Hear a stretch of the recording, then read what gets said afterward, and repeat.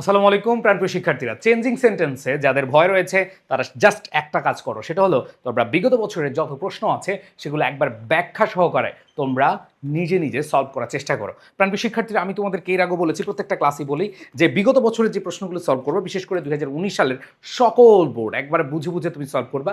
2018 সাল রয়েছে, 2017 সাল রয়েছে, 2016 সাল রয়েছে। দেখবা যে এই কয়েকটা সাল তুমি যদি করো, সেখানে দেখবা প্রত্যেকটা সালে দেখবা রিপিট হচ্ছে, মানে ঘুরে ফিরে একই নিয়মগুলো আসছে, মানে একই নিয়ম বা হচ্ছে যে একই জিনিস বারবার আসছে। সো এগুলা করলেই তোমাদের বোর্ড পরীক্ষার জন্য বেস্ট একটা প্রস্তুতি হয়ে যাবে। সো এখানে আমি তোমাদেরকে আমার শিউরে প্লাস বইতে কিন্তু আমি একবার ব্যাখ্যা সহকারে তোমাদেরকে দিয়ে দিয়েছি, যাতে করে একবারে তোমরা ইজিলি বাসায় বসে সেগুলো প্র্যাকটিস করতে পারো। সো আমি তোমাদেরকে যে বিষয়টা এখন তুলে ধরবো সেটা হলো চিটাগং বোর্ড 2019-এর একটা প্রশ্ন, এটা আমি সলভ করে দিচ্ছি। প্রাণপ্রিয় শিক্ষার্থীরা, প্রথম যে কোয়েশ্চেনটা আসে দেখো, tea is the most popular drink comparative ডিগ্রিতে নিতে বলেছে। দ্যাট মিনস এইখানে আমাদের বোঝার বাকি নাই যে এইটা হচ্ছে একটা সুপারলেটিভ ডিগ্রি। আমরা জানি সুপারলেটিভ ডিগ্রিতে মোস্ট হয়, আর এইখানে খেয়াল রাখবা সুপারলেটিভ ডিগ্রিতে যেহেতু আমাদের আছে মোস্ট, এরপর আমাদের কম্পারেটিভ ডিগ্রিতে নিতে হবে। খুব ইজিলি চিন্তা করো, কঠিন কিছু চিন্তা করার দরকার না। এইখানে যে মোস্ট আছে না, এটা তো থাকবে না। আর আমরা জানি কম্পারেটিভে কি হয়, কম্পারেটিভ হচ্ছে যে মোর হয় অথবা ইয়ার যুক্ত আমাদের অ্যাডজেক্টিভ হয়। সো এখন আমরা যদি খেয়াল করি, এখানে যদি আমরা লিখি এভাবে, টি ইজ মোর পপুলার, এখানে দা মোস্ট হবে না, কারণ এটা হচ্ছে সুপারলেটিভ ডিগ্রিতে আছে, আমাদের কম্পারেটিভ করতে বলেছে। তাহলে টি ইজ মোর, এরপর হচ্ছে পপুলার। দেখো খুব ইজিলি চিন্তা করে দেখো যে এখানে টি ইজ মোর পপুলার, এখানে দা মোস্ট হচ্ছে না, কারণ এটা সুপারলেটিভ ফর্ম আছে। তাহলে টি ইজ এখানে পপুলার দিলাম, আর এখানে কেন আমরা মোর দিলাম, কম্পারেটিভ ডিগ্রিতে করতে বলা হয়েছে। সো এখানে আমরা দেখলাম যে টি ইজ মোর পপুলার। এখন আসো, আমরা কম্পারেটিভ ডিগ্রিতে দেন আনি, শুধু দেন না, এরকম দা প্লাস সুপারলেটিভ ডিগ্রি এরকম যদি থাকে, কম্পারেটিভ করতে হলে আমাদের কি আনতে হয়, দেন এনি আদার, দেন এনি আদার। এই দেন এনি আদারটা বসানোর পরে আমাদের বাকি থাকলো কি, যে ড্রিঙ্ক আছে, কি আছে, ড্রিঙ্ক আছে, দেন আদার এনি আদার ড্রিঙ্ক। এই যে আমাদের ডান। কিভাবে, দ্য মোস্ট সুপারলেটিভ ডিগ্রি আছে, আমাদের কম্পারেটিভ করতে হবে। এখানে আমরা জানি কম্পারেটিভ করতে হলে মোর আনতে হয়, এবার মোর আনলাম। তাইলে দেখো tea is more popular than any আদারটা আমাদের আনতে হবে, যে সুপারলেটিভ ডিগ্রিতে আমরা যখন কম্পারেটিভ ডিগ্রিতে নিব তখন হচ্ছে আমাদের দেন এনি আদার আনতে হবে। সো এখানে আমরা সহজেই আনসার করতে পারি যে tea is more popular than any other drink. এরপর দেখো, tea helps us remove our fatigue. দেখো প্যাসিভ করতে বলেছে, খুব ইজিলি আমরা চিন্তা করব। দেখো এখানে দেখো, টি সাবজেক্ট, হেল্প হচ্ছে ভার্ব, আস হচ্ছে অবজেক্ট। তো আস হচ্ছে অবজেক্ট, এটাকে সাবজেক্ট বানাবো, আমরা সাবজেক্ট বানালাম। এবার দেখো আমাদের আসের সাথে অবশ্যই অক্সিলারি ভার্ব নিতে হবে। আমরা জানি হেল্পস এটা হচ্ছে প্রেজেন্ট টেন্সে আছে, আর প্রেজেন্ট টেন্সে থাকলে এম ইজ আর বসে। তো এখানে দেখো উই এর সাথে তো আমাদের এম বসে না, উইয়ের সাথে ইজ বসে না, উইয়ের সাথে কি বসে, আর বসে। তাহলে উই আর, এবার যে ভার্বটা আছে এই ভার্বের পাস্ট পার্টিসিপল হেল্পড, এই যে পাস্ট পার্টিসিপল। এইবার দেখো বাই টি, বাই টি। এখন কথা হচ্ছে এই যে বাকি অংশ আমরা লিখে দিব না, বাকি অংশ লিখতে গিয়ে আমাদের একটা জিনিস মাথায় রাখতে হবে। আমি দেখি অনেকেই যখন এই কোয়েশ্চেন সলভ করায়, অনেকে বলে হ্যাঁ তোমরা মনে রাখবা এখানে টু প্লাস বাকি অংশ দিয়ে দিবা, বা টু প্লাস ভার্বের বেস ফর্ম দিবা। না, আমি তোমাদেরকে একটু ব্যাখ্যা করে দিচ্ছি কেন আসলে আমরা টু আনবো। খেয়াল করে দেখো, এখানে দেখো রিমুভ একটা ভার্ব আছে, আবার হেল্পস একটা ভার্ব আছে। তো তোমাদের মাথায় একটা প্রশ্ন আসতে পারে যে ভাইয়া, যে হেল্প একটা ভার্ব আবার রিমুভ একটা ভার্ব, এটা কিভাবে হলো। মনে রাখবা এই যে হেল্প, এটা হচ্ছে পজিটিভ ভার্ব। ইংলিশ গ্রামারে অনেক কিছু আমাদের জানতে হবে, এই ভার্বের মধ্যে অনেকগুলো ভার্ব রয়েছে, বুঝছো। সো তোমরা মোটামুটি জানো যে এখানে আমরা অক্সিলারি ভার্ব জানি, আমরা প্রিন্সিপাল ভার্ব জানি, এর মধ্যে আবার এটা হচ্ছে পজিটিভ ভার্ব। হ্যাঁ, have, get, make, let, help, এটা পজিটিভ হিসেবে কাজ করে। সো এই হেল্প যখন পজিটিভ ভার্ব হিসেবে কাজ করে, মানে এরপরে যখন অবজেক্ট থাকে, এরপরে আমরা দুইটা অপশনই বসাতে পারি। মানে হচ্ছে আমরা ভার্বের বেস ফর্মে বসাতে পারি, আমরা টু প্লাস ভার্বের বেস ফর্ম বসাতে পারি। কিন্তু মাথায় রাখতে হবে, এই যখন প্যাসিভ করবা, হেল্প যখন এই হেল্প ভার্বটাকে যখন তুমি প্যাসিভ করবা, তখন মাথায় রাখবা এই হেল্পের পরে কখনো ভার্বের বেস ফর্ম হয় না, তখন এই ভার্বের বেস ফর্মটা টু প্লাস ভার্বের বেস ফর্ম হয়ে যায়। আমি অনেককে দেখেছি এটা সমাধান করার ক্ষেত্রে স্টুডেন্টকে ক্লিয়ার করে না, ক্লিয়ার করা উচিত। দেখো হেল্পের পরে ভার্বের বেস ফর্মও হয়, আবার হেল্পের পরে ভার্বের টু প্লাস ভার্বের বেস ফর্মও হয়, দুইটাই হয়। কিন্তু এখানে তোমাকে মাথায় রাখতে হবে কখন কোনটা হবে। যখন তুমি প্যাসিভ করতে যাবা তখন অবশ্যই এই ভার্বটাকে টু প্লাস ভার্বের বেস ফর্ম দিয়ে আনসার করতে হবে। বুঝাতে পেরেছি? অনেকেই এই জিনিসটা এতদিন ক্লিয়ার হওনি, আমি দেখলাম যে অনেকে মুখস্থ লিখে ফেলো। না, মুখস্থ লিখলে হবে না, তোমাকে মাথায় রাখতে হবে কেন হলো। মনে রাখবে এখানে রিমুভ, এটা আমরা অ্যাক্টিভে আমরা ভার্বের বেস ফর্ম বসাতে পারি, কারণ হেল্পের পরে দুইটা জিনিস হয়, হেল্পের পরে ভার্বের বেস ফর্মও হয়, যেমন দেখো এখানে হেল্পের পরে রিমুভ ভার্বের বেস ফর্ম আছে, কোনো প্রবলেম নাই, আমাদের কোনো সমস্যা নেই। কিন্তু যখনই তুমি এটাকে প্যাসিভ করবা, প্যাসিভ করলে ভাই এটাতে আসলে তুমি শুধু বেস ফর্ম দিয়ে আনসার করতে পারবে না, টু প্লাস ভার্বের বেস ফর্ম। তাহলে দেখো we are helped by T to remove, এরপরে বাকি অংশ আওয়ার ফাইটিং, খেলা শেষ। বুঝতে পেরেছো? আই থিঙ্ক এইটা বুঝার তোমাদের কোনো বাকি নেই।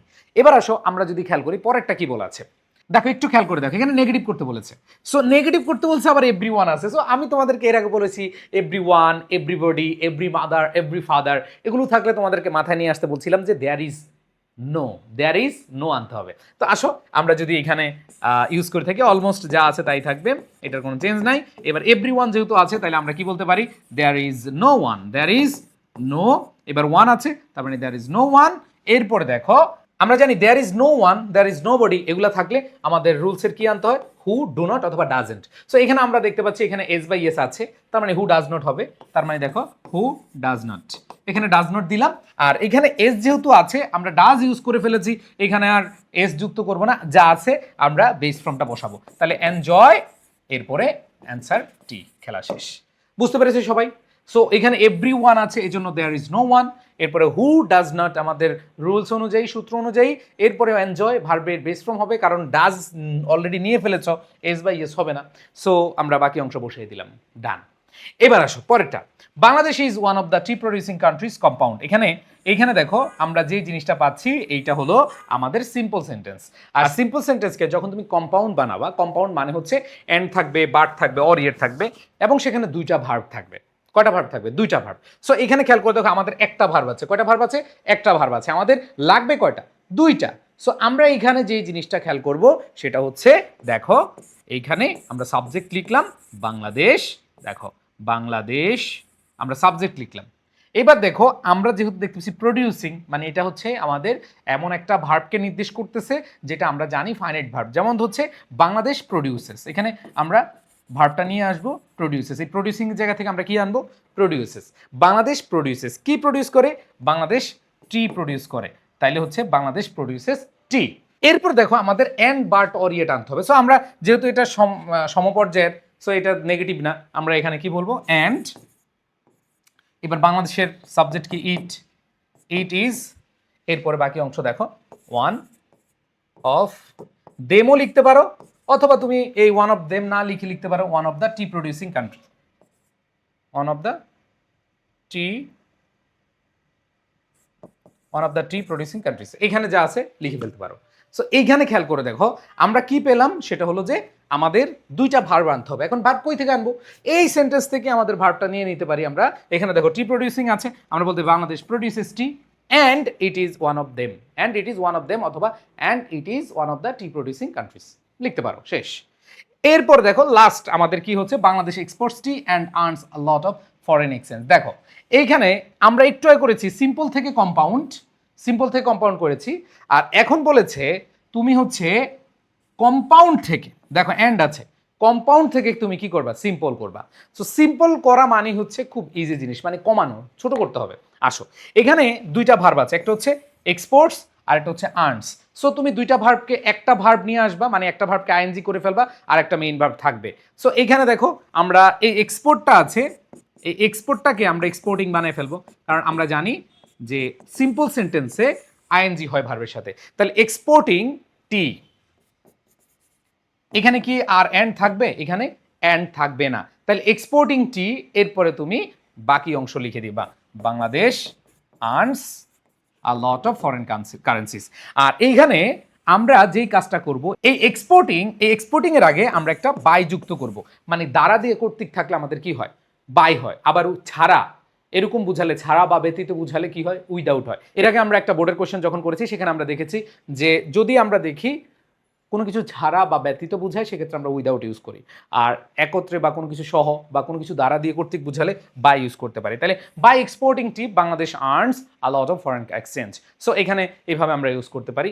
এখন কথা হলো যে ভাইয়া বাই যদি না দেয় নাম্বার দিবি কেন? অনেক টিচার নাম্বার দেয়, বাট মনে রাখবা কোনো কিছু দ্বারা। কীভাবে আমরা করেছি? বাই এক্সপোর্টিং টি, যে আমরা চা রপ্তানি করি, এই যে চা রপ্তানির মাধ্যমে।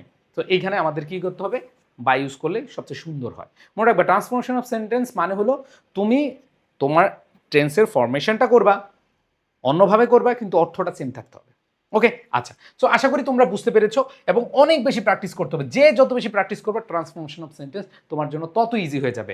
আর তোমরা এই জিনিসগুলা একেবারে সহজে পরীক্ষার আগে সেটা একটা ক্র্যাশ কোর্স যারা খুঁজছো, মাত্র 15 দিনে আমি তোমাদেরকে 15 দিনের মোট 24টা ক্লাসে আমি তোমাদেরকে সেরা একটা প্রস্তুতি নিয়ে দিব। সো এই প্রস্তুতিটা তোমরা পেয়ে যাবে আমাদের ক্র্যাশ কোর্সে। এখানে দেখো প্রত্যেকটা টপিক তোমাদের আছে, লাইভ এবং আর্কাইভ সহ তোমরা এই ক্লাস কোর্সটা পেয়ে যাবা। এবং এই কোর্সে অনেকে হোয়াটসঅ্যাপ করেছো, সরি হোয়াটসঅ্যাপ করবে না, তোমরা হচ্ছে আমাদের আই এডুকেশন পেজে নক দিবা অথবা মহসিন পাটোয়ারির যে পেজটা রয়েছে সেখানে নক দিবা। ইনশাল্লাহ তোমরা সেখানে দ্রুত ভর্তি হয়ে ক্লাসগুলো করে ফেলতে পারবা। সবাই ভালো থাকবা, সুস্থ থাকবা।